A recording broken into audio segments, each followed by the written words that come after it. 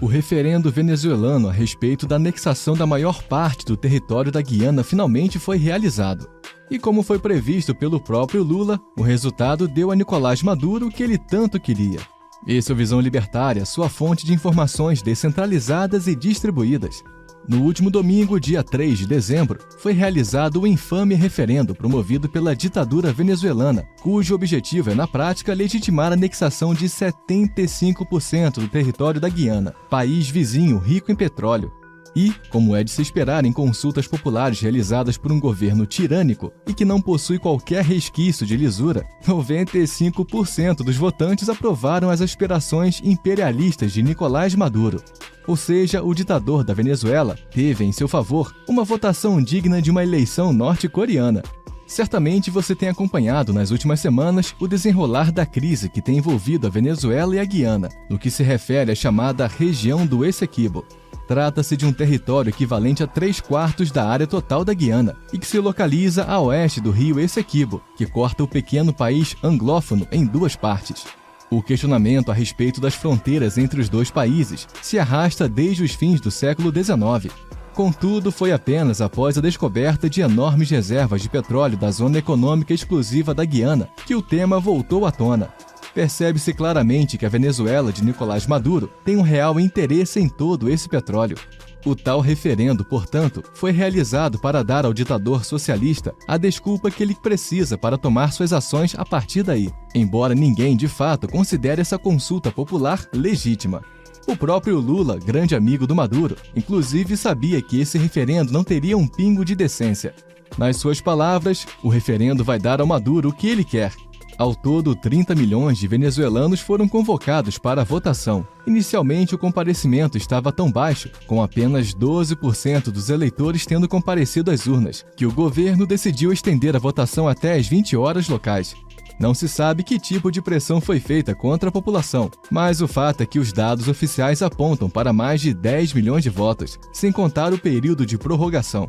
Do total de votantes, 95% responderam sim para as 5 perguntas feitas na consulta. Em resumo, o referendo colocava, diante da votação, 5 questões que poderiam ser respondidas com sim ou não. A primeira se refere à rejeição das atuais fronteiras, conforme reconhecidas pelo direito internacional. A segunda se refere ao apoio da população ao Acordo de Genebra de 1966, no qual o Reino Unido reconheceu o direito da Venezuela de levantar questões a respeito da região de Essequibo.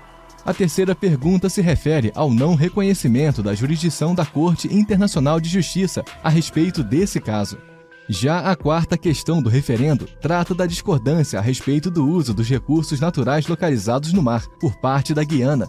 Por fim, a quinta pergunta questiona o votante sobre sua concordância em relação à criação do Estado da Guiana Essequibo, com a concessão da cidadania venezuelana à população local e a integração de seu território ao mapa venezuelano.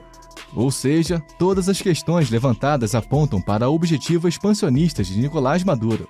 Como bem sabemos, ditaduras não querem ouvir a voz do povo. Elas apenas usam essa desculpa como justificativa para seus atos criminosos. É óbvio que as pretensões territoriais de Nicolás Maduro não fazem o menor sentido. Em primeiro lugar, esse é provavelmente o primeiro caso na história da humanidade em que um país invasor faz um referendo a respeito do território a ser invadido. Geralmente a consulta é feita junto à população do território pleiteado. Por exemplo, se o povo que vive na região do Essequibo votasse a favor da sua anexação pela Venezuela, daí o país de Maduro consideraria ter um argumento mais sólido diante do direito internacional, levando-se em conta o princípio da autodeterminação dos povos. Porém, mesmo que esse fosse o caso, ainda assim anexar a Guiana seria complicado, mesmo diante do direito internacional. Um exemplo disso foi o referendo feito na Crimeia em 2014, no qual uma maioria de 96,8% dos votos apontou que é a favor da união da República Autônoma da Crimeia ser anexada à Rússia. E isso certamente deu ainda mais motivo para o ditador Vladimir Putin invadir a Ucrânia, porém isso nem de longe legitima tal invasão. Deixando de lado o direito internacional e considerando a ética libertária, quem inicia a agressão nesse caso sempre está errado. Portanto, invadir outro país, mesmo com a desculpa do resultado de um referendo, não é justificável. Além disso, dado o fato de que 2 milhões de venezuelanos abandonaram seu país nos últimos anos, é pouco provável que os guianeses queiram se unir ao país socialista. Porém, a lógica e o respeito ao direito da autodeterminação dos povos não fazem parte do vocabulário de ditadores como Nicolás Maduro. Aliás, o amigo do Lula utilizou-se recentemente de uma retórica tipicamente socialista para fundamentar as suas possíveis ações. Maduro acusou a Guiana de ser uma grave ameaça para a estabilidade e a paz na região. Ele também afirmou que o pequeno país, que conta com apenas 800 mil habitantes, age de forma imperialista e que os venezuelanos marcharão contra esse imperialismo todo. Pois é, na cabeça do ditador socialista, o país que vai ser invadido e corre o risco de perder 75% do seu território é de alguma forma um imperialista. E a culpa pelo fim da paz na região será do ente agredido e não do agressor. A Venezuela, que quer aumentar o seu território e sua reserva de recursos naturais às custas de um país vizinho, é quem está querendo promover a paz. Uma frase atribuída a Lenin diz algo como: acuse-os de fazer o que você faz, chame-os do que você é. Realmente, a capacidade que esse pessoal tem de duplo pensar chega a ser admirável. O pior de tudo, porém, é que o governo brasileiro provavelmente irá se aliar ao lado errado dessa história, por conta das decisões do presidente Lula. No dia do referendo, o petista finalmente se manifestou a respeito dessa crise diplomática. Porém, como sempre tem feito, o Molusco assumiu uma posição supostamente neutra em cima do muro, o que, para todos os efeitos, quer dizer que ele apoia o ímpeto expansionista de Nicolás Maduro. Lula afirmou que é necessário haver bom senso, tanto do lado da Venezuela quanto da Guiana. Exatamente, o corrupto de 9 dedos está na prática exigindo que tanto o atirador quanto aquele que é alvejado tenha bom senso, para que a coisa não escale. Naturalmente, essa é a repetição do posicionamento do Lula a respeito de outros conflitos, em algo que redunda sempre num apoio velado ao lado errado da história. Tem sido assim, por exemplo, na guerra da Ucrânia. O Molusco supostamente defende um cessar-fogo entre os países, com o alegado objetivo de conseguir uma paz definitiva entre os lados beligerantes. Entretanto, o cessar-fogo que Lula propõe equivale a uma rendição incondicional por parte da Ucrânia, com essa abrindo mão de grandes porções do seu território que já foram tomadas pelos russos. Da mesma forma, esse é o posicionamento do presidente brasileiro em relação ao conflito em Israel. Mais uma vez, o ex-condenado clama por um cessar-fogo entre as partes. É óbvio que o que Lula quer nessa história é apenas preservar os seus amigos do Hamas da completa destruição. Ou seja, independentemente das ações tomadas por Nicolás Maduro, o Brasil estará de alguma forma alinhado com o lado errado nesse caso. E é aí que entra a grande incógnita nesse momento. O que o ditador socialista vai fazer a partir de agora? É certo que, sem dúvidas, ele possui um grande interesse nos recursos naturais do país vizinho. Contudo, isso não significa necessariamente que ele vai iniciar um conflito em que há grandes possibilidades de seu país sair derrotado. Aliás, uma derrota nesse caso poderia significar o fim do seu regime ditatorial.